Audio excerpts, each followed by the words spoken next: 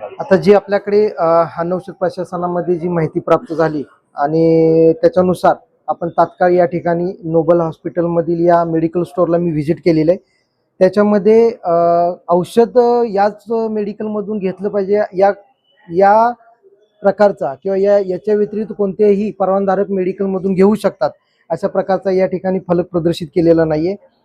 हे मान्य आयुक्तांचं जे परिपत्रक होतं त्याचं उल्लंघन दिसून येते. त्यासोबत या ठिकाणी असं दिसून येते की आपले या हॉस्पिटलच्या पहिल्या मजल्यावरून प्रिस्क्रिप्शन डायरेक्ट या मेडिकलमधील त्यांच्या कम्प्युटरवरती डिस्प्ले होत आहेत आणि त्यानुसार हे औषधं पेशंटना फक्त या ठिकाणी औषधाचे बिल भरण्यासंदर्भात पाठवत आहेत.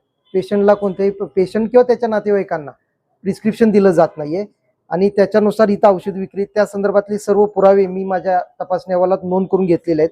त्या व्यतिरिक्त या मेडिकलचं मी ड्रग अँड कॉस्मेटिक ॲक्टनुसार सखोल तपासणी करतोय.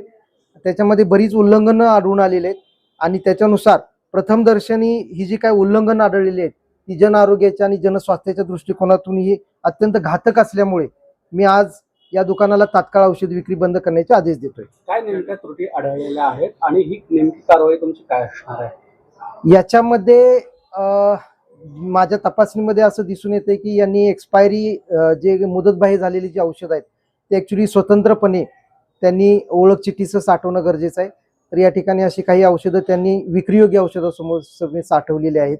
त्याच्यानंतर जे 2 to 8 डिग्री ज्याला आपल्याला शीतपेटीमध्ये फ्रीजमध्ये साठवणं गरजेचं आहे अशा औषधं त्यांनी रॅकमध्ये सर्वसामान्य तापमानात साठवल्याचे दिसून येते. मान्य आयुक्तांच्या परिपत्रकाचं तर उल्लंघन आहेच, त्यासोबत असे काही गंभीर मुद्द्यांचं उल्लंघन दिसून येते.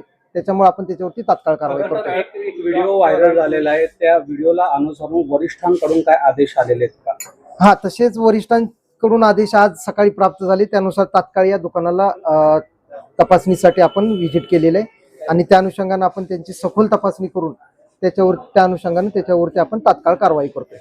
डॉक्टरांनी सर्व आरोप जे आहेत ते फेटाळून आले. ज्यांचं हे हॉस्पिटल आहे, ज्यांचे मेडिकल आहे, त्यांनी सर्व आरोप फेटाळले. आता तुम्ही कारवाई करताना प्रत्यक्ष माझ्या तपासणीमध्ये बरेच काही औषधाचे जे काही नियम आहेत आपल्या ड्रग अँड कॉस्मेटिक ॲक्टमध्ये त्याचं गंभीर उल्लंघन आढळून आलेले. त्याच्या बाबतीत जे काही कागदोपत्री पुरावे आहेत ते सुद्धा आपण घेतोया आणि त्या अनुषंगाने आपण आपल्या कायद्यानुसार तात्काळ कारवाई करतो. कारवाई असणार आहे म्हणजे काय, किती दिवस बंद असणार आहे किंवा काय? याच्यामध्ये आपण आता प्रथमदर्शनी त्यांना इमिजिएट औषध विक्री बंद करण्याचे आदेश मी जारी करतोय आणि त्यानंतर त्यांना आपण त्या संदर्भात कारणे दाखवा नोटीस जारी करून पुढील कारवाई केली जाईल. औषध विक्री बंद याचा अर्थ मेडिकल सील करण्यात येणार आहे का आपल्यावर? हा, मेडिसिन पूर्ण औषध विक्री बंद करण्याचे आदेश देतोय आपण आजपासून.